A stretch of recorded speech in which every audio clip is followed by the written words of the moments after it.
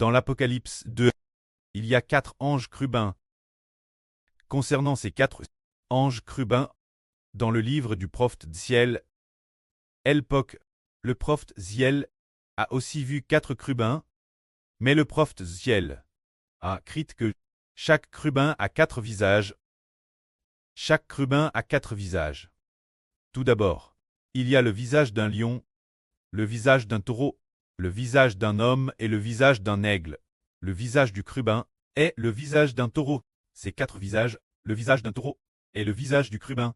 Mais l'apôtre Jean, dans l'Apocalypse, a vu que chaque chérubin a un visage différent. 4 chérubins, mais c'est peut-être parce que l'angle est différent. En fait, chaque chérubin devrait avoir 4 visages, c'est juste que pour chaque chérubin, sa caractéristique principale est distinctive, est différente. Voyons maintenant ce que ces 4 chérubins signifient. Depuis l'agence, nous connaissons les chérubins. Dans le jardin d'Éden, Dieu a envoyé des chérubins pour garder le chemin menant l'Éden, pour empêcher Adam d'entrer. Alors, les chérubins sont les anges de Dieu. Des anges puissants. Plus tard dans les livres de Moïse, lors de la construction du tabernacle, les rideaux du tabernacle étaient tous brods d'anges chérubins, et Madame l'Arche de l'Alliance était sculptée en or, sous la forme d'anges chérubins. Au-dessus de l'arche, il y avait des anges chérubins. Ces anges chérubins ont chacun 6 ailes. Chacun a 6 ailes. Chaque groupe de 6 ailes, l'intérieur comme l'extérieur, est couvert d'yeux. Parmi les anges, ce sont les plus magnifiques. Ces 4 chérubins peuvent se tenir autour de Dieu. Dieu appelle les chérubins les 4 vents des cieux, se dire les 4 chérubins. Lisons maintenant la situation de ces 4 chérubins, comment elle se présente, lisons cela. Autour du trône, il y a 4 traits vivants. Ils sont l'intérieur comme l'extérieur, remplis d'yeux. Le premier trait vivant ressemble à un lion. Le deuxième trait vivant ressemble à un taureau. Le troisième trait vivant a un visage comme celui d'un homme. Le quatrième trait vivant ressemble à un aigle en vol. Ces 4 traits vivants ont chacun 6 ailes. Chaque aile, l'intérieur comme l'extérieur, est couverte d'yeux. Jour et nuit, ils ne cessent de dire, en récent, Seigneur Dieu, combien tu es saint, combien tu es saint, combien tu es saint, il est éternel, qui t'est, qui est, et qui est venir, le Tout-Puissant qui demeure. Ce sont les 4 chérubins. Nous comprenons donc que le premier est l'ange chérubin. Son visage est comme un lion. Et le lion, nous nous souviendrons de le lion de la tribu de Juda, la racine de David, a vaincu. Alors quand on parle de lion, nous pensons au Seigneur Christ. Ainsi, ces 4 chérubins ont en fait avec les 4 cavaliers un grand lien. Alors celui-ci, le chérubin au visage de lion, l'ange chérubin semblable à un lion, celui-ci semble très avec le Seigneur, notre prêt, le Seigneur Jésus, étroitement lié, un ange. Cet ange a la majesté du lion, l'allure d'un roi. Cet ange, nous voyons que, au-dessus de l'arche de l'Alliance, il y a 2 chérubins. Ces 2 chérubins sont merveilleux. L'un des chérubins est le chérubin lion. L'autre chérubin est le chérubin taureau. Donc, le second trait vivant est le taureau. Le chérubin semblable à un taureau. Alors, ces 2 premiers traits vivants sont l'Alliance. Et le frère Héber a aussi Hervé qu'il était devenu un taureau, décrivant le frère Héber dans le RVE, comme s'il était un taureau. Et le taureau, parfois aussi, on dit que c'est le Seigneur. Plus tard, nous découvrons nouveau que le Seigneur est le lion. Alors, on découvre une découverte merveilleuse. Les 2 anges chérubins de l'arche symbolisent la garde des 2 médiateurs de l'Alliance. L'un d'eux est le Seigneur Jésus-Christ, et l'autre est le frère Héber. Donc, ces 2 anges chérubins, quand le Seigneur Christ a ouvert le livre, le premier sceau, quand il a été ouvert, le premier ange chérubin a dit « Je viens », et alors est apparu un cheval blanc, celui qui montait le cheval blanc. est le roi des rois, le seigneur des seigneurs, c'est le Seigneur Christ. Bien Esser, le frère Heber, a reçu le titre de seigneur, alors ce crubin est lié au Seigneur. Le second crubin est lié au taureau. Ah, le taureau sert au sacrifice d'expiation. Quoi est-il donc lié? Le taureau est lié au souverain sacrificateur. Et le lion est lié au roi. Regardons. La racine de David, le lion de la tribu de Juda, la racine de David, a vaincu. Dès qu'on parle de lion, c'est lié au roi, et quand on parle de taureau, c'est lié au sacrificateur. Le taureau, nous nous souvenons, quand on offre un sacrifice d'expiation pour toute la nation. Il faut l'offrir, un taureau ou un bouc. Si c'est toute la nation, alors on offre un taureau. Alors, nous comprenons qu'un ralit le taureau est lié au sacrifice. Le sacrifice, se dire le prêtre, est lié au grand prêtre, alors que le lion est lié au roi. Donc, quand ces deux crubins, l'un d'eux est lié au roi et l'autre est lié au grand prêtre. Ainsi, nous avons reçu les bénédictions venant des deux.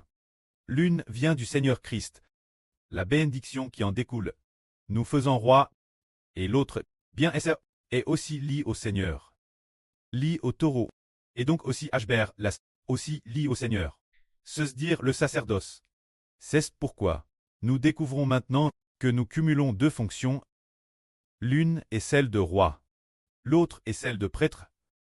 Cela a RVL que lors de l'Alliance, il y avait deux anges sculptés sur l'arche de l'Alliance, l'un ayant un visage de lion, symbolisant que celui-ci, étroitement, au service du Seigneur Jésus-Christ, et l'autre ayant un visage de taureau, celui-ci, semble étroitement, au service du frère Ashber. Ces deux ailes représentent donc cette alliance par ces deux, représente le fait que Dieu veut nous donner les fonctions de roi et de prêtre. Nous les accorder. La nation spirituelle d'Israël. La fonction de roi est de gouverner le peuple, la fonction de prêtre est de servir Dieu et de veiller sur la vie humaine. C'est TRS merveilleux. Cela raconte une telle chose. Quant au premier, le lion, il montre son prestige, la fonction royale, et le taureau montre sa force, bien Esser, dans le sens spirituel. C'est l'expiation. Quant au troisième, ayant un visage d'homme, le quatrième comme un aigle en plein vol. Alors, ce troisième, ayant un visage d'homme, il semble que le troisième soit lié aux frères liés de la Nouvelle Alliance. Étroitement lié, il semble que ce soit avec le frère lié de la Nouvelle Alliance, qu'il ait une grande relation. Celui-ci, ayant un visage d'homme, ce crubin, semble lié la protection de l'Alliance. Étroitement lié la protection de l'Alliance. Mais, celui qui apparaît comme un aigle en plein vol, qu'est-ce que cela signifie? C'est vraiment merveilleux. On voit aujourd'hui le frère Ashber, pendant sa sieste, à Hervé d'un aigle. À Hervé d'un aigle, disant dans le RVE, tout d'abord, il a vu les bannières de toutes les nations et de tous les peuples, ce qui signifie que les descendants du frère Ashber viendront de toutes les nations et de tous les peuples. Et puis, Jai encore vu l'aigle dans le RVE. L'un des aigles, c'est comme s'il y avait un aigle vivant. Et l'autre était une version électronique. J'ai vu OLL. Comment se fait-il qu'il parle? C'est très merveilleux.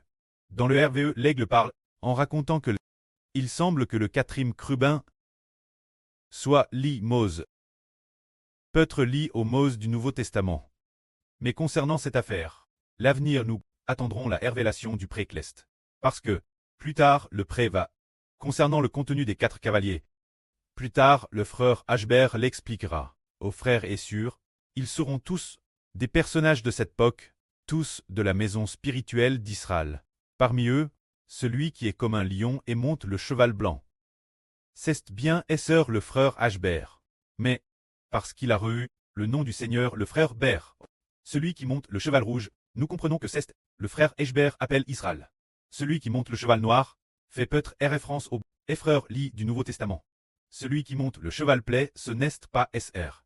Serait-ce le Mose du Nouveau Testament? Plus tard, on comprendra. Ce Mose du Nouveau Testament, si c'est vraiment lui, alors il devra tuer un quart de l'humanité. Par 4 types de flots, il tuera un quart de l'humanité.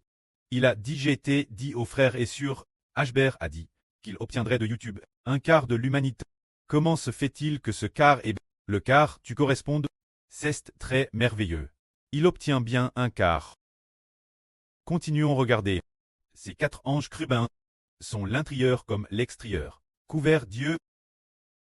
Que sont ses yeux? Les yeux. Le près dit. Et les 4 vents des cieux disent aussi qu'ils sont couverts Dieu. Les yeux sont souvent liés au Saint-Esprit. C'est dire que le Saint-Esprit du près va à travers ces puissants anges déployer une force immense et incomparable. Les yeux sont souvent liés au Saint-Esprit. Mais quand il est dit que l'intérieur comme l'extérieur de leur corps et l'intérieur comme l'extérieur de leurs ailes, ils sont couverts Dieu, on peut penser que ces anges chérubins, ils discernent tout. Ils discernent ainsi la situation de toutes choses dans l'univers et la situation des forces rebelles contre Dieu. Ces 4 anges chérubins voient le moindre détail. Si par exemple, nous sommes ici, et puis, soudain, Satan veut attaquer le frère Ashber, l'ange chérubin. La DJ vue depuis longtemps et attaque instantanément Satan, ou attaque instantanément les anges Tchous. Ainsi, ces anges Tchous ne peuvent plus attaquer le frère Ashber qui prêche la vraie, et ne peuvent plus attaquer non plus frère et sœur. Alors ces puissants chérubins sont au CTS du TRNE de Dieu, et ils se tiennent le PRS du TRNE. Leur puissance peut aussi instantanément atteindre au-delà de l'univers, un certain endroit, pour attaquer les esprits maléfiques. Pour ce genre de vie spirituelle, ils ont cette grande puissance. Alors, ces 4 chérubins disent jour et nuit sans cesse. Le Seigneur Dieu est combien saint, combien saint, combien saint. Il est éternel, existant auparavant, existant maintenant, dans l'éternité future, le Tout-Puissant qui subsiste toujours, qui raconte quel point notre Dieu est tellement, tellement saint, tellement saint, et Dieu est différent de Satan le diable. Satan le diable est extrêmement mauvais. Tout le mal vient de Satan le diable. Et des anges Tchous, toute source de sainteté, vient de l'éternel Dieu. De notre près des Lumières. Le commandant des armes, de notre près Clest. Le près est venant du près Jova. Tout est saint. Toute la sainteté, tout vient de Dieu. C'est pourquoi ces 4 chérubins doivent attribuer la sainteté Jova, se dire devant le pré Clest Jova, sanctifier le pré. Autrefois Mose cesse rebelle contre Dieu. Pas vraiment une rébellion. Juste, on pourrait dire, ne pas écouter les enseignements de Dieu. Quand il s'est mis en colère, il n'a pas cru la parole de Dieu. Alors, Dieu a réprimé Mose ainsi. Parce que tu n'as pas sanctifié mon nom. Parce que tu n'as pas, devant les enfants d'Israël, me sanctifié. Donc parce que tu ne m'as pas cru. C'est pourquoi tu n'entreras pas dans le pays de Canaan. Se dire ne pas sanctifier Dieu. Alors on ne peut pas entrer dans le pays de Canaan. Ne pas sanctifier Dieu signifie que nous avons des actes de rébellion contre lui, ou bien que nous n'avons pas honoré son nom, comme tant saint. C'est cela le Dieu Tout-Puissant. Et notre pré-Clest existe éternellement, comme il est dit dans le livre du prophète Daniel. Celui qui existe éternellement est assis sur le trône glorieux. C'est pourquoi le pré-Clest éternel, existant auparavant, existant maintenant, dans l'éternité future, existant toujours, c'est notre pré-Clest éternel Jova. Que la gloire soit au près et au Seigneur. Amen.